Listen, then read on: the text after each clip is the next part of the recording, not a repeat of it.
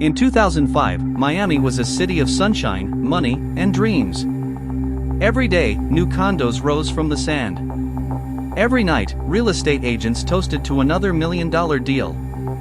And in the middle of it all stood one man, David Romano, a 36-year-old mortgage broker who called himself the man who makes dreams happen. David ran a small company called Sunline Mortgage, right on the edge of downtown Miami.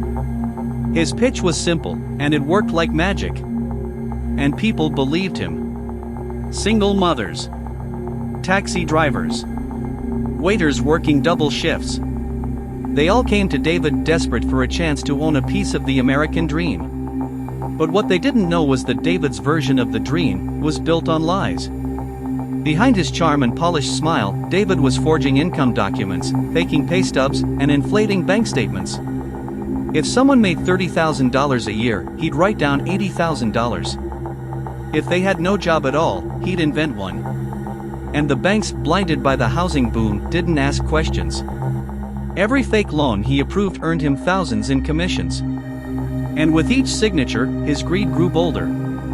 Soon, Sunline Mortgage wasn't just helping people buy homes, it was a factory for fraud. David started hiring assistants to mass-produce documents. He called it paperwork. His employees called it the paper factory.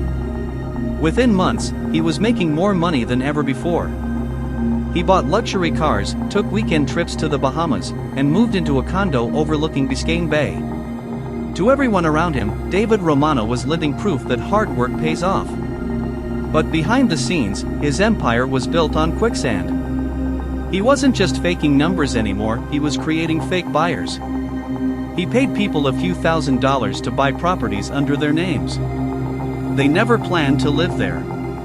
The homes were flipped, refinanced, and sold again. And every time, David pocketed another fat commission. Then came Miguel Alvarez, a flashy real estate developer with a problem: too many unsold condos. The two men formed a dangerous partnership. David's straw buyers would purchase Miguel's condos using falsified mortgage applications. Appraisers were bribed to inflate values, lenders signed off without checking, and together, they made millions. It was easy money. It was fast. And it was about to crash down. By 2007, the housing bubble was bursting. Homeowners stopped paying. Banks started investigating. And suddenly, the same names kept showing up on dozens of mortgage files, all approved by David Romano. When federal auditors compared signatures, they noticed something strange. Identical handwriting, reused notary stamps, and buyers who didn't even exist. The FBI launched an investigation. And one morning, agents stormed into Sunline Mortgage's office with a search warrant.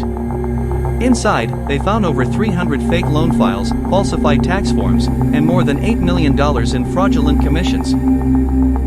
David's paper empire had finally collapsed. In court, David claimed he was helping families who couldn't get loans otherwise. He said he was giving people hope. But the evidence told another story: bank transfers to luxury dealerships, offshore accounts, and receipts for a $90,000 yacht. His partner, Miguel Alvarez, turned against him, testifying in exchange for a reduced sentence. In 2009, David Romano was sentenced to 12 years in federal prison for wire fraud, bank fraud, and conspiracy. David Romano's story isn't just about one man's greed. It's a reflection of an era when easy money blinded everyone to the truth. When banks, brokers, and buyers all played a dangerous game. And no one noticed the warning signs. Because in the world of fraud, the music always plays. Until it doesn't. Please subscribe for more true crime stories from the United States.